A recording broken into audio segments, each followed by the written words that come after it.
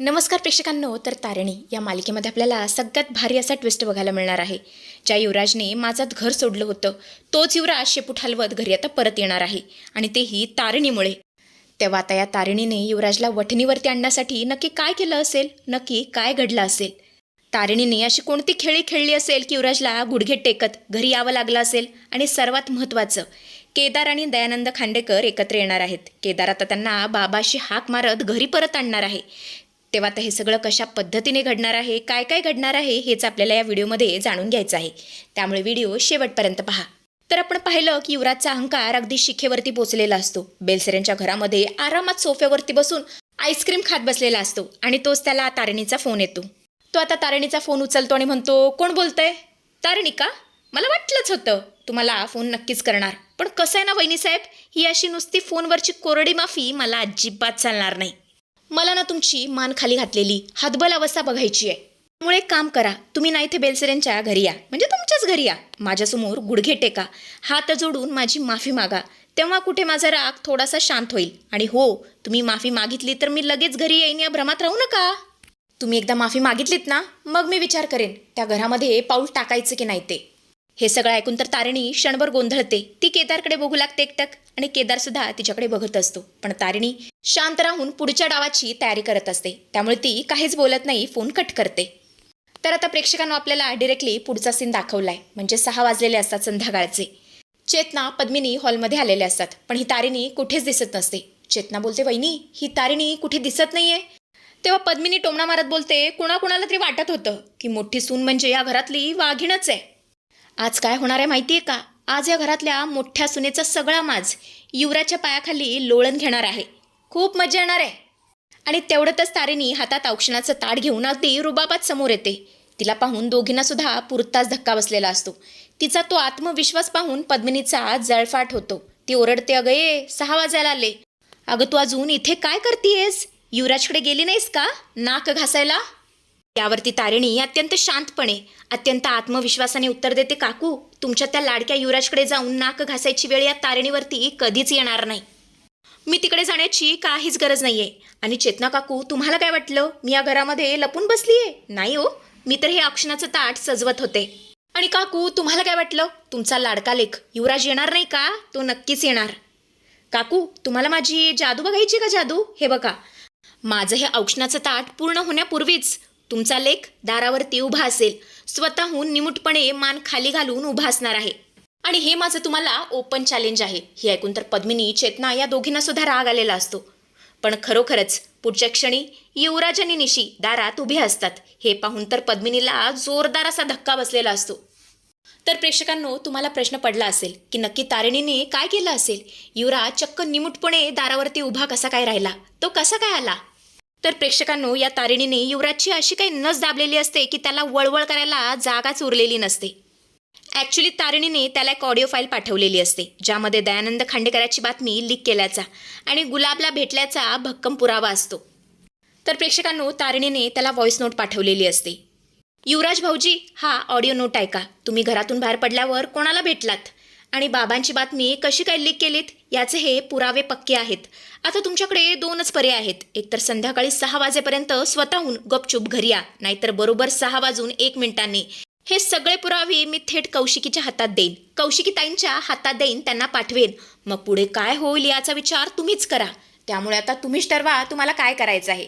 त्यामुळे युवराज पुरताच घाबरलेला असतो आणि त्याला घरी यावंच लागतं निशीला घेऊन. पण युवराजला पाहून पद्मिनीला खूप राग आलेला असतो. कारण ती विचार करते, मी एवढी बेलसरेंच्या घरी गेले, युवराजसमोर हात जोडले, त्याला घरी यायला सांगितलं, पण तो आला नाही. मग या तारिणीने नक्की असं काय केलं? ती तर माफी मागायला सुद्धा गेली नाही, मग युवराज आलाच कसं काय? या सगळ्या गोष्टीचा तिला खूप राग आलेला असतो. त्यामुळे ती युवराजकडे बघत सुद्धा नाही, त्याचं औक्षण सुद्धा करत नाही आणि सरळ वरती निघून जाते. आणि मग काय, चेतना आता त्या दोघांचं औक्षण करते. निशी, युवराज या दोघांना इतका राग आलेला असतो, ते सरळ बॅग घेतात आणि त्यांच्या रूममध्ये निघून जातात. ते आतमध्ये गेल्यानंतर घरामध्ये थोडी शांतता पसरलेली असते. पण तारिणीची नजर मात्र घरात कोणाला तरी शोधत असते. तिच्या अचानक लक्षात येतं की दयानंद खांडेकर घरात कुठेच दिसत नाहीयेत. ती आता काळजीने केदारकडे येते आणि बोलते, केदार इकडे ये. बाबा कुठेच दिसत नाहीयेत घरामध्ये. मगासपासून मी त्यांना शोधतीये. न त्यांच्या खोलीत आहेत, न हॉलमध्ये आहेत. आणि न सांगता ते कधीच कुठे जात नाहीत. मला त्यांची फार काळजी वाटतेय. केदार, अरे काहीतरी कर ना. पण केदारला मात्र काहीच पडलेलं नसतं. तो रागातच बोलतो, असतील कुठेतरी, मला काय करायचंय आणि तू कशाला एवढी त्यांची काळजी करतेस, त्यांना सवयच आहे असं वागायची.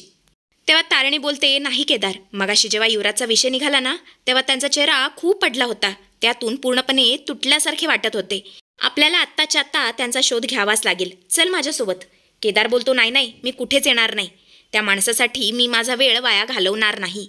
तसं पण मला फार महत्त्वाची कामे आहेत आणि तू पण त्यांना शोधण्यामागे तुझा वेळ वाया घालू नकोस.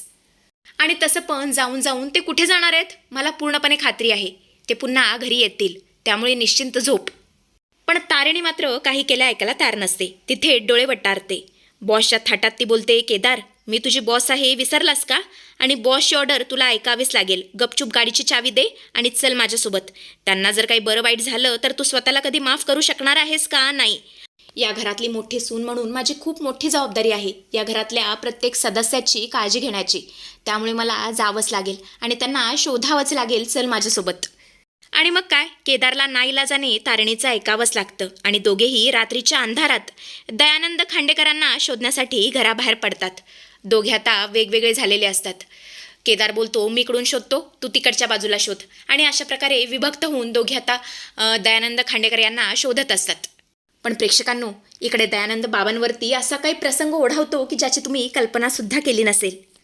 खरं तर रात्रीची वेळ असते, रस्त्यावरती पूर्णपणे शुकशुकाट असतो. दयानंद खांडेकर एकाकी सुन्न अवस्थेत रस्त्यावरून चाललेले असतात. त्यांच्या मनामध्ये विचारांचा काहूर माजलेला असतो. दयानंद खांडेकर स्वतःशीच रडवेल्या आवाजात म्हणत असतात, काय कमवलं मी आयुष्यात? काहीच नाही. माझा स्वतःचा मुलगा युवराज मला सोडून निघून गेला. ज्या केदारला मी जीव लावला तो मला बाप मानायलाच तयार नाही. आणि देवकी, तिला तर मी कधीच समजू शकलो नाही. देव एक एक करून माझी सगळी माणसं माझ्यापासून हिरावून घेत आहे, मला एकटं पाडत आहे. आणि जर असं एकटं आयुष्य जगायचं असेल तर मला नाही जगायचं, मला एकट्याला नाहीच जगायचं.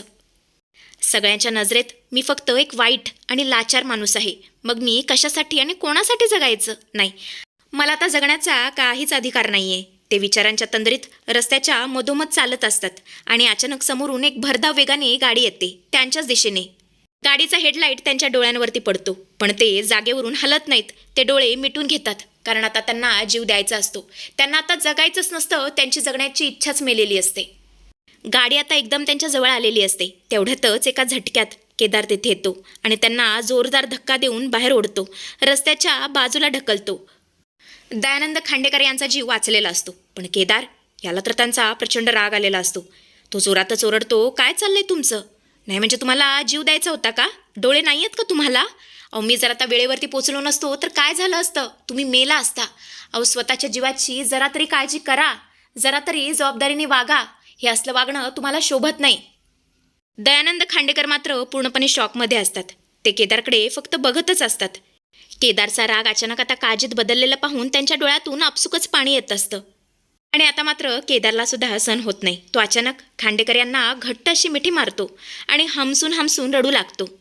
तो चक्क त्यांना बाबाशी हाक मारतो आणि बोलतो, बाबा, आम्ही आधीच आईला गमवलंय, आता मला तुम्हाला गमवायचं नाहीये. ऐकलत का तुम्ही? तुम्हाला काही झालं असतं तर माझं काय झालं असतं? नाही गमवायचंय मला तुम्हाला, कधीच नाही. एका मुलाने घर सोडलं म्हणून तुम्ही दुसऱ्या मुलाला पोरकं करणार होतात का? मी मानतो की बाप म्हणून मी कधीच तुमचा स्वीकार करू शकलो नाही. तुमच्याशी नेहमी फाटून वागलो, पण याचा अर्थ असा नाहीये की मला तुमची गरज नाहीये. अहो, आई गेली तेव्हाच माझा एक आधार हरपलाय. आता तुम्ही मला जर सोडून गेला तर मी कोणाकडे बघायचं, कोणाकडे बघून जगायचं? मी आईला गमवलंय बाबा, पण आता मला कोणत्याही परिस्थितीमध्ये तुम्हाला गमवायचं नाहीये. प्लीज मला सोडून जाऊ नका. आणि अशा प्रकारे बाप-लेक दोघेही हमसून हमसून रडू लागतात. हा प्रसंग इतका हृदयस्पर्शी आहे ना प्रेक्षकांनो, पाहणाऱ्यांच्याही डोळ्यात पाणी येईल. तारिणी मात्र दुरून हे सगळं बघत असते. तिला खूप समाधान झालेलं असतं. ती आता त्यांच्या जवळ येते आणि तिघे आता एकमेकांना मिठी मारतात. दोघे आता त्यांना घरी घेऊन जाण्याचा निर्णय घेतात.